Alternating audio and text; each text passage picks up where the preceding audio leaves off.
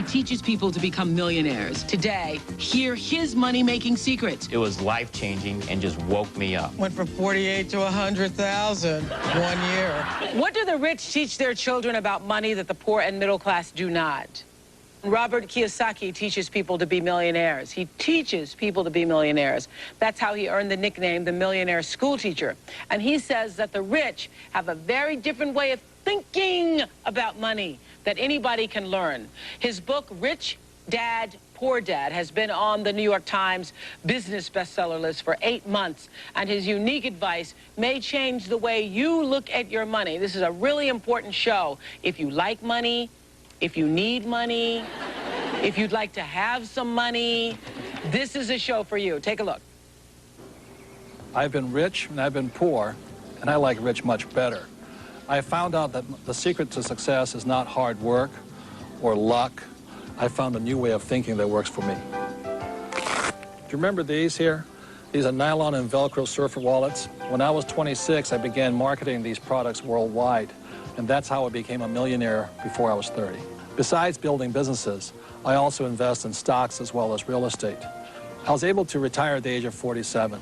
Today I teach other people how to build businesses or to be investors. I must say I owe much of my financial success to a man I call my rich dad, who was my childhood best friend's father. He made me realize that there's a very big difference between what the rich teach their kids about money, that the poor don't teach their kids about money. My real dad, or my biological father, was the head of education for the state of Hawaii. I call him my poor dad simply because he was a high-paid government official. He made a lot of money, yet at the end of every month he was broke. My rich dad, on the other hand, was my best friend's father, and he ultimately became one of the wealthiest men in the state of Hawaii. And by the way, my rich dad was a high school dropout. One dad had a habit of saying, "I can't afford it." My rich dad, on the other hand, forbade his son and I from ever saying, "I can't afford it." My poor dad always said, "Our house is an asset, and it's our largest investment." My rich dad said, "Your house is not an asset, it's a liability, and if it's your largest investment, you're in financial trouble." My poor dad believed in job security. He said, look for a company that had excellent pay, good benefits such as medical, vacation, and other types of perks. My rich dad said that entitlement mentality kept people financially weak and financially needy. My poor dad always said, find a safe, secure job and work your way up the corporate ladder. My rich dad said, why not just own the ladder? I decided to listen and learn from my rich dad, and the rest is history. Well, let's go through some more of Robert's points about what he says. The rich teach their children that the poor and middle class do not. Main difference, you say, between the rich and poor lies in what we teach our children about That's money. Correct. Really? Very much so. And it's a mentality. It's a total way of thinking, right? Exactly. Yes. And it's really easy to change if you're willing to change the way you think. For instance, my poor dad was a very good man. For Japanese, he was 6'4", very smart, academic genius. But he always said to me, you know, go to school, get good grades, get a job, and work hard. Save money. And my rich dad said, well, if you want to be rich, that's not the way you do it. And instead of working for money, my rich dad taught me how to have money work hard for me. And that's why I've only had a job 4 years of my entire life. Other than that, I'm building companies or I'm investing, and that's all I'm doing. Well, the subject of money is taught at home, not in school, you say, because most of us learn about money from our parents, and it's only good if you have a rich dad mentality. My message to people is, you know, why struggle for money when you don't have to? You know, it's that really simple if you have good advice. The problem is money is not taught in school. And so what we do is we oftentimes follow in our parents' footsteps. We may do different jobs, but we oftentimes follow in the same financial patterns. And my rich dad used to say, you know, he says, you can't end poverty by giving somebody money. Giving a poor person money keeps them poor longer. Yeah. And that's what breaks my heart, because I want to help people change the way they think about money. That's all it is. Yeah. And I think one of the most important things is that I noticed between my rich dad and my poor dad was the vocabulary. My poor dad was a PhD in education, very smart man, but he had the vocabulary of a school teacher. And my rich dad had the vocabulary of a rich man. And so when I say to people, what's the first What do you mean by vocabulary? Well, I know what the word means, but right. what kind of vocabulary? Well, I used to sit around the dinner table and listen to both dads, and one would talk about algebra and geometry and trigonometry. Nothing of this ever made me any money. And my rich dad would sit there and he'd talk about return on investment, assets, liabilities, discounted cash flows, etc. And a lot of people use, you know, what you just said about your house is a liability, it's not an asset. Most people think it is their biggest investment. Yes, and that's one of the biggest middle-class traps. They say, my banker says my house is an asset. And my rich dad would say, if you can read a financial statement, you'll see, you can read that your house is actually a liability. I'm not saying don't buy a house, and I like big houses, and I like the finer things of life. Just don't call a liability an asset. And what's trapping the middle class is they're buying liabilities they think are assets. I like what you say in the book, which this is interesting too, because I've always been a person who lived beneath my means. Now it's kind of hard to see, it doesn't matter. But I've always been a person who, because I just was reading about how the Chevy Chevette was the worst car, one of the worst cars ever made, and I had one of those little tin cans because that was the thing that I could pay cash for and not have to, you know, pay interest and so forth. So I've always believed in living beneath the means until you could really afford to pay for stuff, mainly because I hate bills. Just hate bills. And you say one of the mistakes that middle class and poor people do is they try to look rich. So those are the first people to go buy the furs, the diamonds, the big TVs, and all the stuff, correct? Right. My rich dad called it looking good and going nowhere. Love that. Yeah. My grandmother used to call it not a pot to piss in, but anyway, that's another thing. Kind of the same thing. I'm glad you said that. You heard that too. Okay, they'll edit that somewhere. But anyway, it's the same principle. You have all this stuff. I know when I see people out and they got all the stuff and all the things and but then when they go home, what? They have bills. They have bills. And they worry and their health goes down and, you know, it's not worth it. The thing that I think most people don't realize is that there's only two kinds of money problems, basically. One's not enough money and one's too much money, and they're both problems. And you really you have to know how to handle too much money, as I'm sure you do right now. Otherwise, if you... Watching it all the time. Had a bad week last week. Yeah. But it's a different problem, Yeah, it's a different kind of problem, yeah. So when you have no money, you have to have a plan to eventually have plenty of money. And then when you have plenty of money, you got to shift plans. Yes. And so that's why people who win the lottery all of a sudden get all this plenty of money, and they go broke again. And overwhelmed by it. Right, and they go because they've never understood how money worked. Paul Rogers says he changed from a poor dad to a rich dad and now wakes up every day with a new outlook on life. Here's what Paul's story is. Paul Rogers, a divorced father of two, was making $48,000 a year as a firefighter and living paycheck to paycheck. By the time I'd paid the house payment, the child support, the car payment, food and utilities, with the two kids, it was really tough. Last year, Paul discovered Robert Kiyosaki's financial plan. He stresses three main things. Number one, set up a home-based business. Number two, get control of your taxes. Number three, take that extra income and buy more assets with it. He followed the steps and set up his own home-based business. It was easier than he thought and only cost him $300. With that extra income from his new home business and a pay raise from the firehouse of $300 a month, he started to buy homes that were in foreclosure. You can purchase them under value, go in, carpet, paint them, fix them up, turn and sell them, and even make more money. With the money he made from selling those houses, Paul bought stocks, mutual funds, IRAs, and even set up an educational account for his children. It has changed my outlook on life because this has given me more time freedom with my kids and more financial freedom. And the best thing is my income's gone from about $48,000 to a little over $100,000 in a one-year period. Wow. Wow. I bet you're impressed with yourself.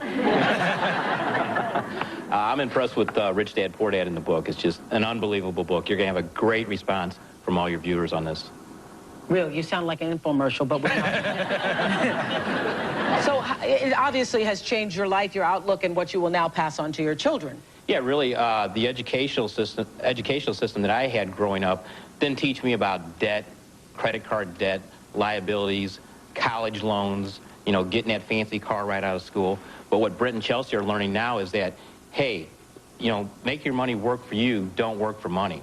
So it's been a big life-changing experience for me. So what exactly, because now people are going, what exactly caused you to go from 48 to 100 in a year? Well, that's a very good question. I think what it was, number one, I sat down and I actually wrote out what my goals were and what my dreams were, and I had never done that before. And when I actually wrote those on paper, I said to myself, well, how am I going to get there? What do I need to do? And that's what probably a lot of the viewers are going to say, yeah, this all sounds good, but tell me the answer. Well, the answer for me was I set up a home-based business. By doing so, it only cost me $300. I'm generating income from that and taking that income, buying real estate, put it in to the stock market, stuff like that. Buying more assets in my life and having my money work for me. But you also kept your other job. I'm still a full-time fireman. I plan on keeping that. I thoroughly enjoy my job. Yeah. We love firemen. Yeah. Have me on the singles show. Yeah, I will. Wait a minute. You don't need to. Yeah. I'm here. You don't need a show. Call the Oprah show and give me a call. Okay. So your whole life has changed. Yeah, pretty much. I've got just a great outlook. I mean, when I wake up every day now, it's just like there's all kinds of opportunity out there. But it's really taking that first step and saying, you know, why am I here? You know, what do I want to do? Where do I want to go? Well, one of the things you say is that the poor pay their bills first, the rich pay themselves first. That's a really tough one, but it makes people kind of crazy. Yeah. Because from Richest Man in Babylon says pay yourself first. But what most people do is they pay their bills first and they never pay themselves anything. And that's a discipline I had to get into, was I'll always pay myself first, even when I had no money. And when I have all these bill collectors calling me, I use them as inspiration. You know what I mean? Really? Oh, when they're hounding, the government's hounding you, bill collectors calling, because I've been broke, so you understand what it feels like to be broke. When those guys are calling you, instead of, you know, shrinking and going into the shell and eating my pizza, I use it as motivation to go out and make more money. So I use my bill collectors as motivation, and that's why I paid myself first, even though sometimes I wasn't paying. What would you pay yourself? I always bought assets. I'd buy a house or I'd put money in the bank and things like this. But it was just a habit. Exactly what you're talking about. It's up here. It's about changing the way you think. That's what the whole book is about. That's it. Because we're our biggest asset, we're also our biggest liability. We are. Yeah, we are. I know, yes. I read that. Thank you. Okay, during the commercial break, you said what? Stand up, say it again. You say that you can pay yourself first, pay your bills second, but if you do that, you still can't afford to buy a house. Say you bought a house. How am I going to get somebody to loan me the money to buy a house when I can't when I can't fully pay my bills as I'm paying them now? When I'm paying the minimum payment, let's say that.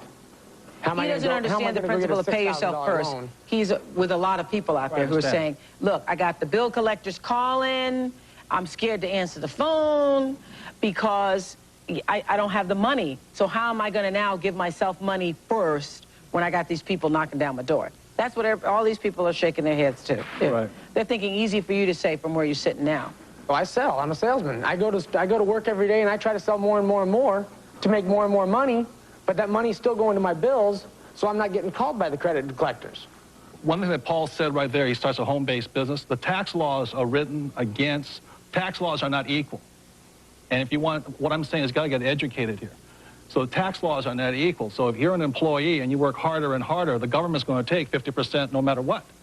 So by being a business owner, which is Paul did, he has tax advantages that the middle class and poor do not have.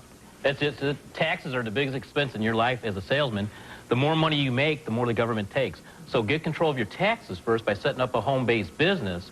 Take that tax savings now, pay down debt, and buy more assets in the real estate. And you said, well, I've got credit problems. I'm not going to be able to get a loan. Find a motivated seller. Find owner financing. There's all kinds of opportunities out there. Most of society, though, will watch this show and then they'll go back to just sitting at home at night. You really have to change what you're doing in your life. If you're not happy where you're at financially, you've got to do something drastically. Just saving money and investing is not enough. There is a complete mindset that goes on. I think that's what these people came... Paul was saying, because we all have the mentality in this country, right. You work harder, they will pay off in the end. It does not, because the government always gets theirs. Right, yeah. and then real estate is the least taxed income you can get. So when my wife and I were struggling, we saved $6,000, we bought that house. Thing went from $46,000 to $105,000. We had $50,000. But I think when people think of real estate, they think about the house that they would want to live in. So you start out buying something that you wouldn't necessarily want, and you use that to build more income. And that's what she did. She bought 7. Build more income. That's my idea. I want to buy a 3-flat, live in the basement, rent off the top two apartments, and have them pay my mortgage for me. Good. But I still need to come up with the original capital to buy the place. That starts with paying yourself first. Hey, Oprah. That's what people should be teaching in school, because I swear to you, we've all been taught be responsible, pay your bills first so that the people don't, you know, call you or not harassing you and so forth. What were you going to say, Paul? I would say I was doing with the real estate what Robert's talking about, but for $300, I set up a home-based business. Anybody in this room can do that, and you're going to save money on your taxes, number one, while you're generating income on your business. Once you've got that income coming in, you can do all the real estate that you want then. So it's really just getting out there and looking at the different opportunities. $300 investment, can't beat it.